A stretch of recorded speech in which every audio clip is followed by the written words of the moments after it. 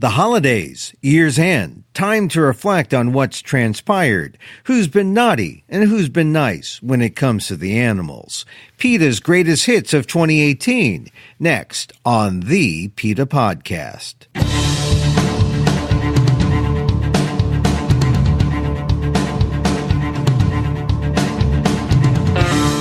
Welcome to the PETA Podcast. I'm Emil Guillermo, your host for this behind-the-scenes look at PETA, the largest animal rights organization in the world.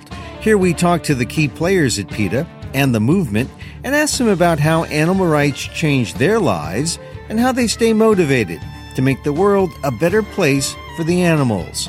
On today's episode, 2018, a banner year for the animals and for PETA. It helps to have so many victories. We come back fresh and hard and tenacious at these companies like Canada Goose and like SeaWorld.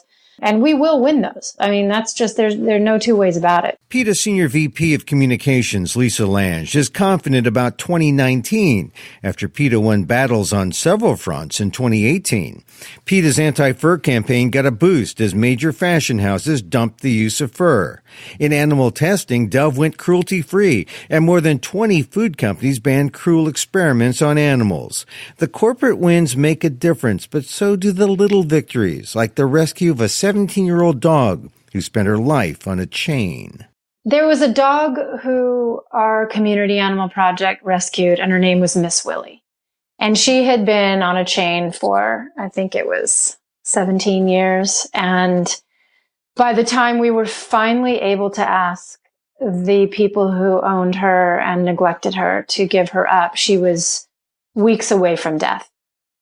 And we were, one of my colleagues actually took her in and did a bucket list for her and let her, enjoy the beach and enjoy her favorite foods. She lived for, I think it was about 2 weeks, and we documented what her life was like as it should have been that entire time.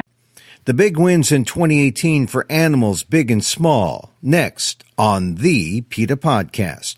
But first, thanks again for joining us here at the PETA Podcast. Please share a link with friends. Let them know the animals have a voice on the PETA Podcast. And keep binging. There's lots to listen to on the PETA Podcast. Want to hear from PETA President and co-founder Ingrid Newkirk, especially on that issue of euthanasia? Hear it directly from Ingrid on episode 1. One of my favorites, PETA's Chief Counsel, Jeff Kerr, featured in episode 2 on the link between civil rights and animal rights. Much of what we talk about in this Greatest Hits episode, we go more into depth in previous episodes, so check them all out. Remember, if you're on Apple Podcasts, don't forget to rate and review the show. It helps the algorithm know that PETA has a podcast on the issues important to you. Now, if you really want to help the animals, you can always hit the Donate Now button at PETA.org.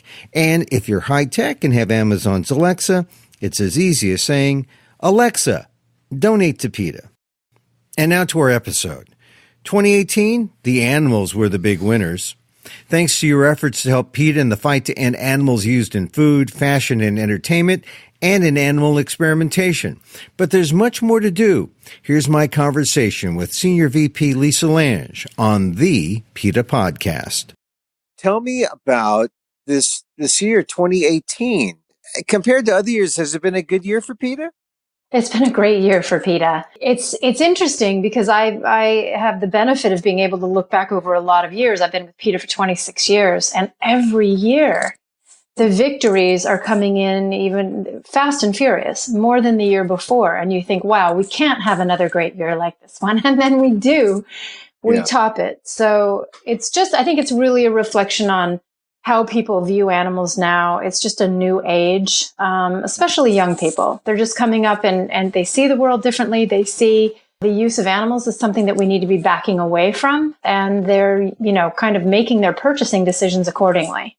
And so when you see all these changes and you see that it's still a great year and it keeps getting better and better, that's going to make you feel good as an activist who's been at it a long time as well, right? Yes, it really, really does. I mean, we're known at PETA for being very tenacious and for sticking with it. When PETA was founded, no one knew what vegan was. We were told by other animal groups, don't talk about fish, don't talk about dairy.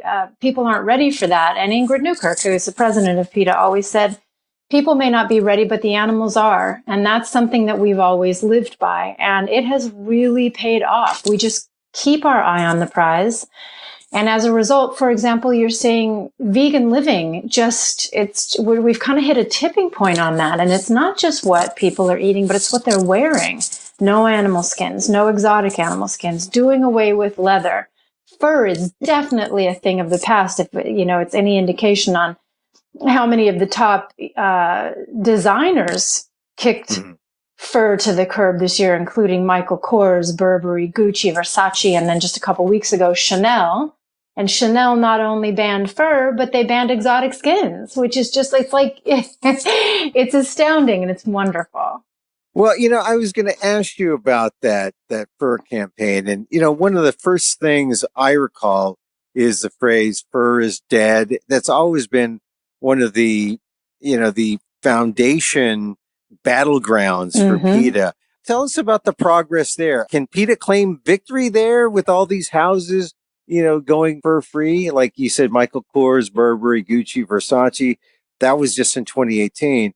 But are we close to saying, hey, we've won that battle, or is there still further to go? We're close.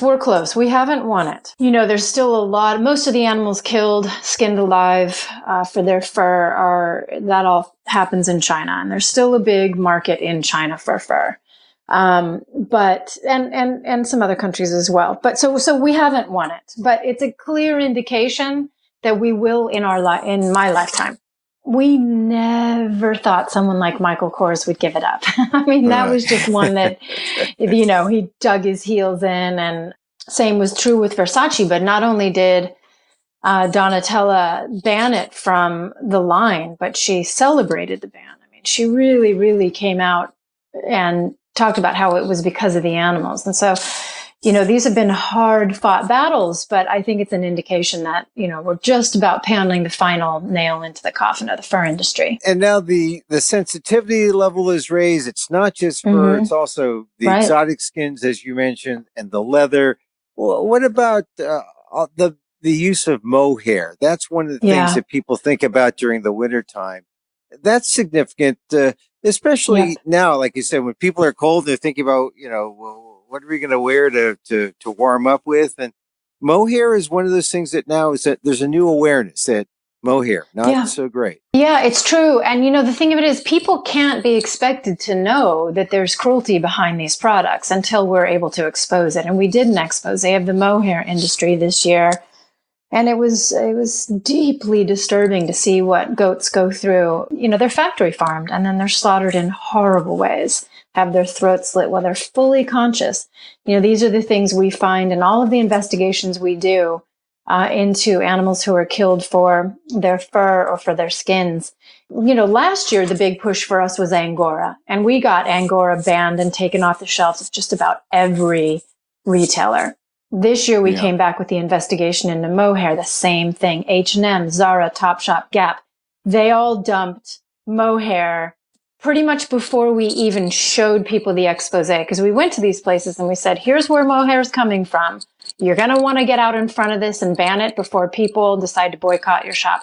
330 brands have ended the use of mohair because of our investigation this year. It's huge. And it's just, again, it's a reflection that people just don't know, but once they know, they're really making compassionate decisions. And I think part of that, too, is that it's never been easier to dress vegan than it is today. Not only are the designers stopping the use of these fabrics or stopping the use of mohair, but it seems like it's going to be illegal for anyone to sell fur in certain places. So, I mean, we had two big cities say no more fur. That's pretty amazing. Oh, it's so great. San Francisco and Los Angeles, two of my favorite cities in the country, living in one as I do. It was just a huge boost to the anti-fur campaign to have the city council in San Francisco and Los Angeles very easily ban the sale of fur in both cities. It almost seems like a no-brainer, It seems like, of course, it should be the law. I mean, these animals on fur farms, They live in horrible conditions in small wire cages. There have been no improvements on this front. They are not given any veterinary attention when they're injured or they get sick. And they're killed either by being gassed, having their necks crudely broken, or they are electrocuted. It is a gruesome, gruesome industry. And it is animal abuse. There are no two ways of looking at this. And it's really terrific to see, especially large cities like this, step forward to say, you know what? No, our city doesn't want to take part in this. We're banning it. And I couldn't be more proud as a Los Angeles citizen. I mean, but it's sort of symbolic, but I guess if you're a retailer, you can say, okay, well, we won't sell in Los Angeles, but we'll sell it in Orange County, or we'll sell all our fur in San Diego or something like that. I guess I could say that. I guess it is significant when a city says, hey, look, no retail outlets can sell fur. It's almost like, there is a ban on drugs, supposedly. You can't sell drugs. Yeah. But make it harder. They make it harder to sell fur than to sell drugs.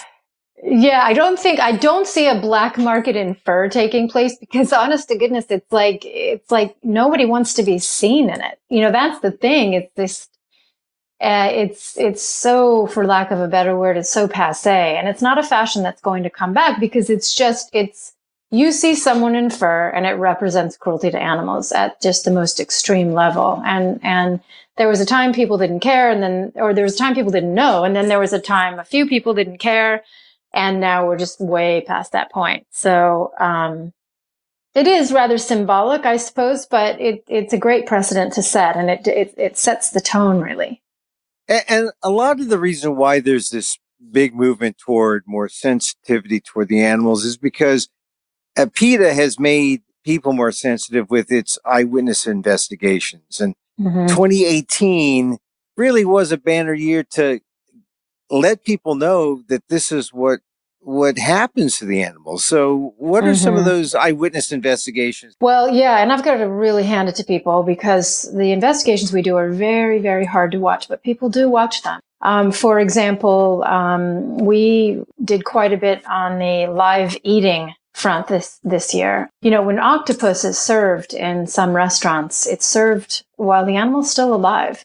So in the back kitchen, we revealed that octopuses, while they're still alive, are having their legs cut off while they're writhing in pain. And then they're served sometimes. Sometimes they're boiled alive right at the table. We revealed that in investigations this year. We also continued, on the clothing front. Again, a lot of people just don't know. When you hear about wool or wearing wool, people think it's just a sheep haircut. And that's how you get the wool from them. It's just, very benign, but it couldn't be further from the truth. We've done more than a dozen investigations in this country, in South America, and in Australia, which is the largest wool exporter in the world. And in every single instance, we find the same thing. That is these gentle, sweet animals getting beaten. They're dragged by their back legs. They're hit with the shearing tools. They're sheared so roughly that they're cut open and then they're sewn shut without a lick of anesthesia used. Some of these animals are killed out of frustration. They have their necks broken. These people are paid by the weight of the amount of the wool they get off these animals. And, it's very light. So they move very, very fast with no regard for how the animals are treated. And so we've done several more wool investigations this year. And we're seeing people responding beautifully by just staying away from it.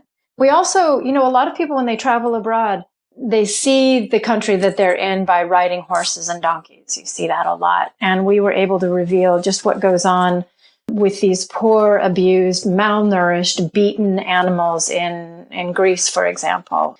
Really urging people to stay away from any attractions while you're traveling abroad that involve camels, that involve horses, involve donkeys, involve elephants. It was really unfortunate. Priyanka Chopra got married this year, and we found out that she rode an elephant in the wedding, and she got a lot of grief internationally for that because these elephants don't stand there waiting for someone to jump on their back.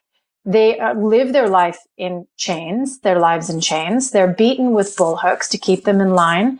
And that is their day in and day out. There is no freedom for these animals. There is no joy in their lives because they're used in this way. So we've done some investigations there as well. There's no such thing as a ceremonial elephant or, No. kind of a religious display kind. No, just no, nothing benign about it, and again, I don't blame people for not knowing that, because by the time they see the elephants, they're in their dress and they look so beautiful and they don't seem like they're being hurt. But just when you go behind the scenes and you see exactly how they're living and how they live in chains and how they're beaten, and they're not allowed to step an inch out of line, and the mahout, who is the person who trains them and keeps them in line, is standing right there with the bull hook, ready to beat them if they get dirty or if they step out of line, like I said. So it's a very unkind world out there for animals who are forced to give people rides.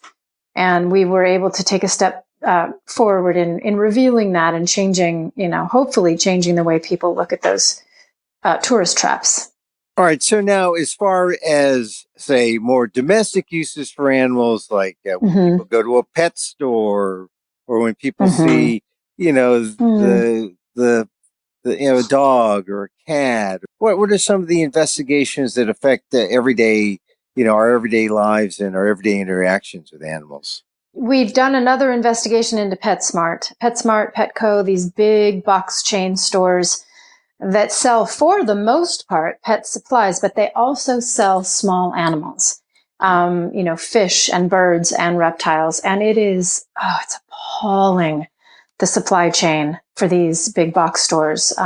So many of the animals die in transport. So many of the animals die in stores. We found that they were being put in freezers while they were still alive.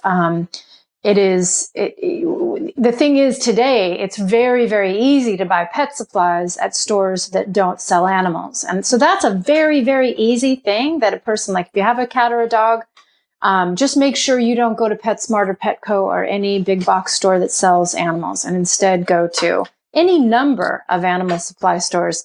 Depending on where you are here, we've got, Sentinella, we've got Urban Pet, we've got all kinds of stores that only sell supplies. We also really delved into and did a second investigation into blood banks for animals. So if you're unfortunate enough to have an animal who needs a blood transfusion or needs blood for some disease, where does that blood come from? I mean, that's a question a lot of us don't ask, but in some cases, it comes from greyhounds who are kept in small kennels in places like where we did an investigation here in Southern California called Hemopet. So they keep these greyhounds in small kennels. Many of them are living on concrete floors, and these are really bony animals. So they're sitting on the concrete floors. They develop, abscesses. They develop calluses, and they're bled a lot for sometimes up to 2 years. And these animals have already been through it in many cases by being abused by the greyhound racing industry. Then they go on to a place like Hemopet, where they're kept and bled for up to 2 years, where they should have been adopted out. And then the blood is given to veterinary clinics. And so what we're telling people is, if you're ever in a position to need blood, ask your veterinarian, ask them now, where do they buy their blood, and discourage them from buying from places like Hemopet.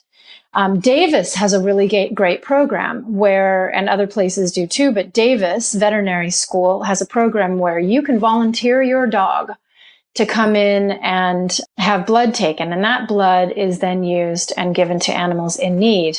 It's very cool too, because your animal gets to leave, obviously, and go home with you and live the life they deserve. And you also can get your animal's blood checked, because our dogs do have to have blood draws very regularly.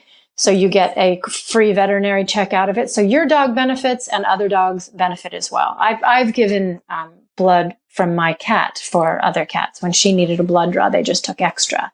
So those are the things that we as consumers can do.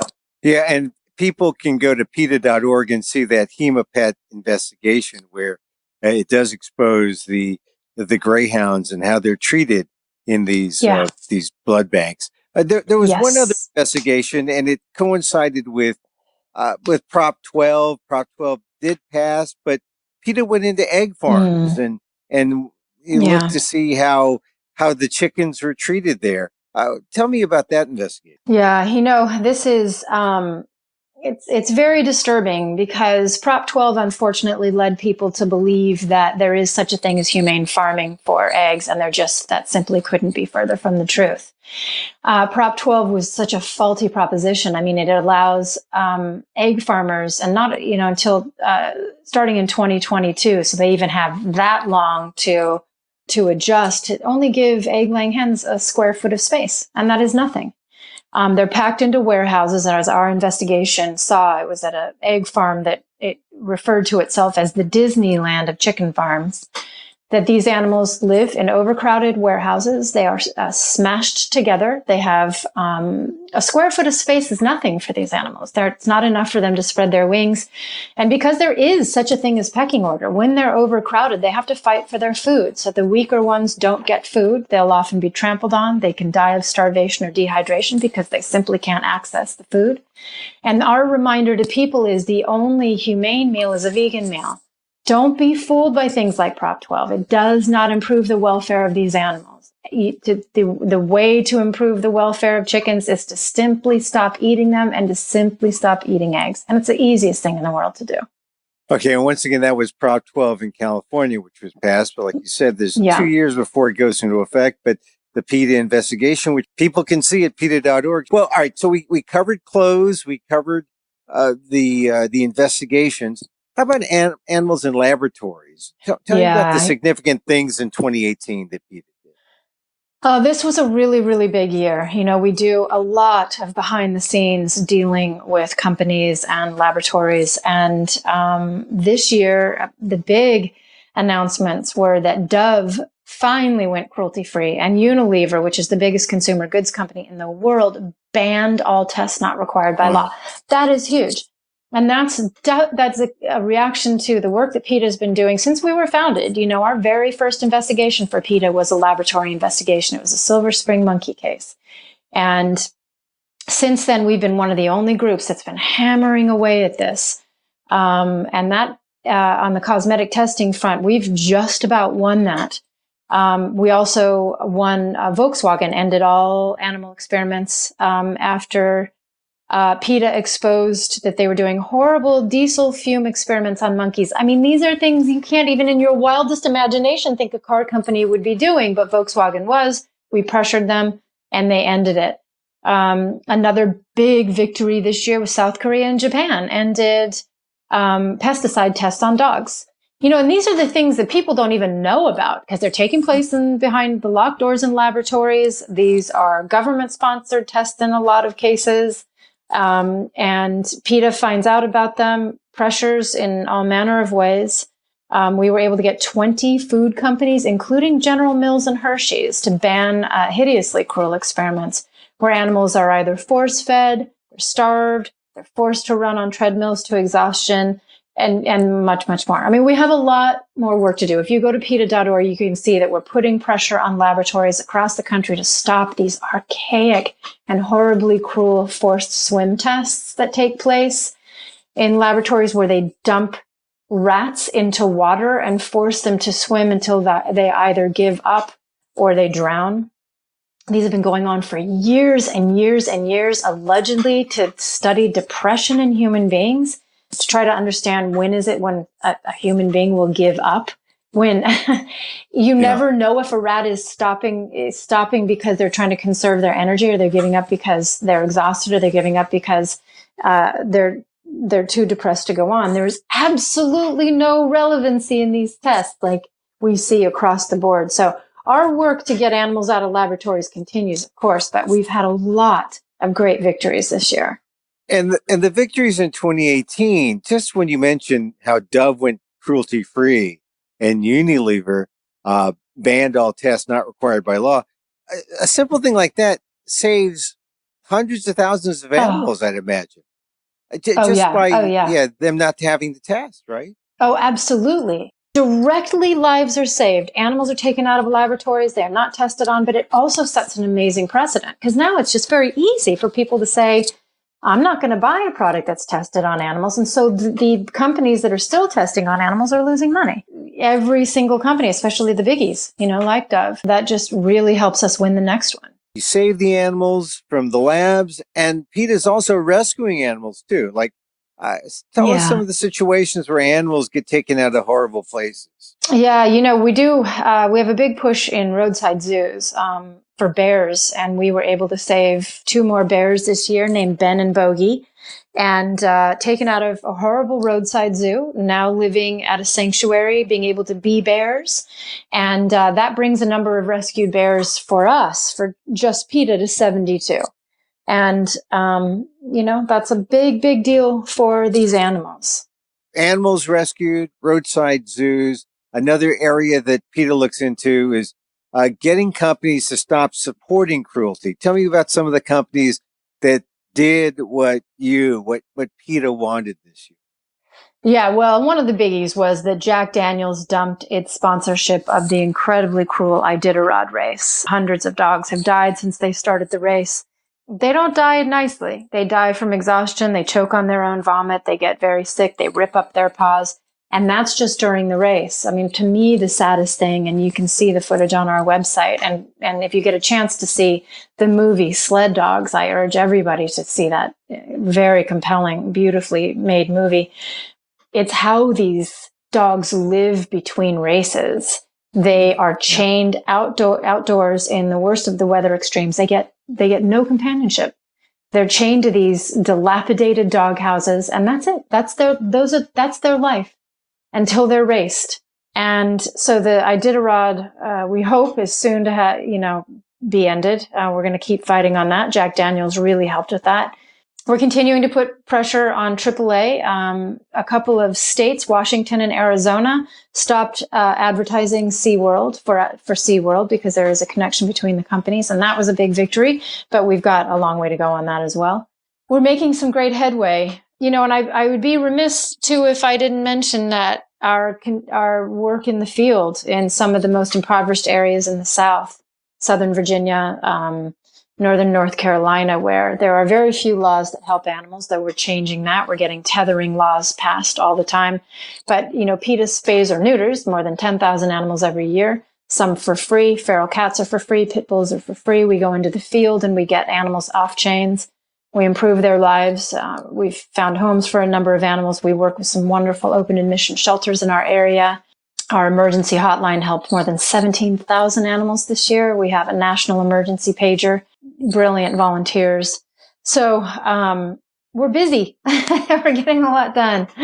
Well, one of the issues I know is really near and dear to your heart is the SeaWorld issue. Just give us a little update about where PETA is on the ending of the abuse of orcas in SeaWorld at this point. Well, we're keeping the pressure on them because people want to do right by them, know that SeaWorld is not good for dolphins and whales. What gets a little confusing for people, I think, is that they know that orcas are no longer being bred by SeaWorld, but what they don't know is that SeaWorld is still breeding and transporting other animals like dolphins and beluga whales. And life for these animals is every bit as bad. They live in these small tanks. They're raked by their tank mates. They swim in continuous small circles, and they're denied everything that's natural and important to them.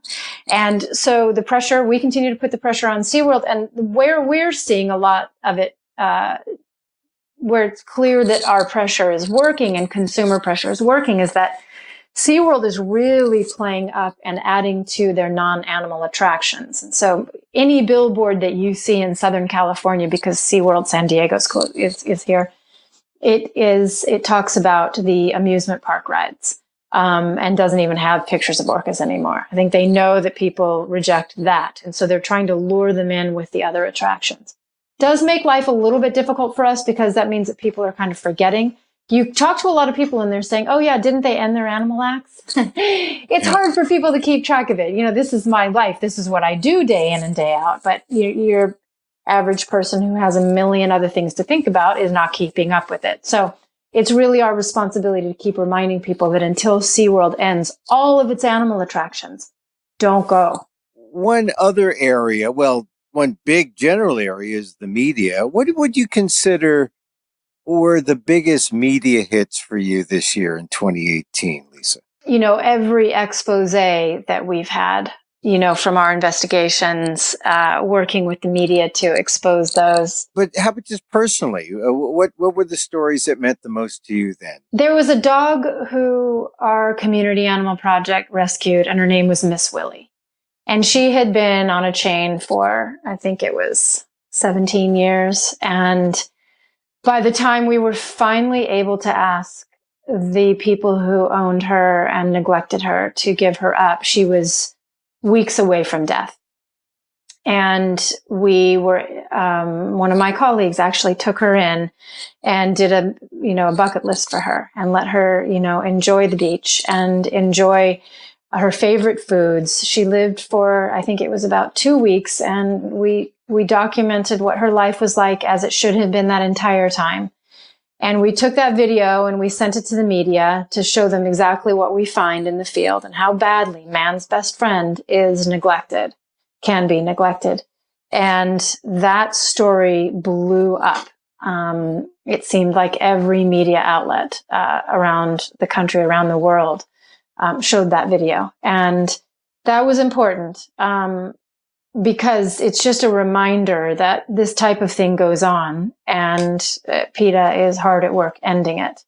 That's one of the stories that come to mind. But I'll tell you, it's very hard to narrow it down. That's just something that I watched that video. I've seen that video numerous times. And so that really, really, really resonated with me, as it obviously did with so many other people.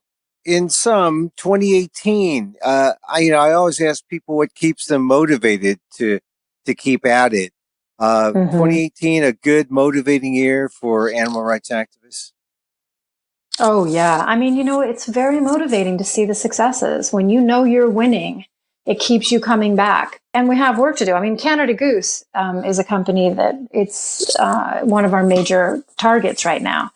While the world is moving away from fur, and as we said, all these designers are no longer using it, Canada Goose is selling really ugly, expensive jackets with coyote trim. Coyotes are, they're trapped in the wild, and then they're beaten or shot. And there's no way to sugarcoat that. And so that they can be a bit of trim on these horrible jackets. And then we, of course, did an investigation into one of the down suppliers to Canada Goose, too, that showed geese that were being crammed together and suffocating. And, that's so that they could have their feathers plucked. For what? For a jacket you don't need. It's appalling. So, it helps to have so many victories. We come back fresh and hard and tenacious at these companies like Canada Goose and like SeaWorld. And we will win those. I mean, that's just, there are no two ways about it.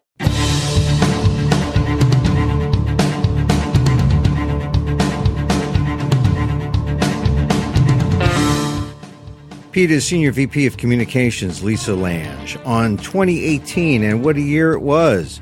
Hey, go to PETA.org and see the videos of the investigations that Lisa talked about. See more about the stories there. Also, listen to the podcast archive about issues like the Canada Goose stories, episode 44, Angora, episode 41, the Dog Blood Banks, Hemopet, episode 39, the Mohair investigation, episode 30. There was so much in 2018. It's all there. Find out more about the issues that made the year a banner one for the animals.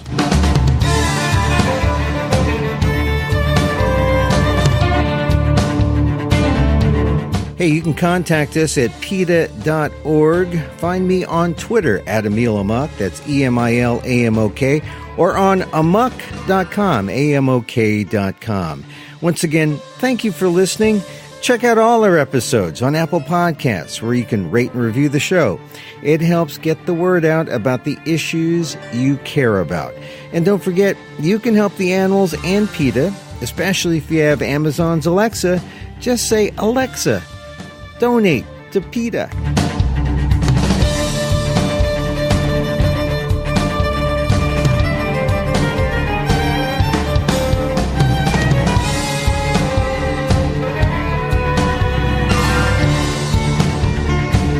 Our music is provided by CarbonWorks. Check them out on YouTube. And join us again next time for more insight into animal rights and the fight for a cruelty-free world on the PETA Podcast. Thanks for listening. I'm Emil Guillermo. Happy holidays.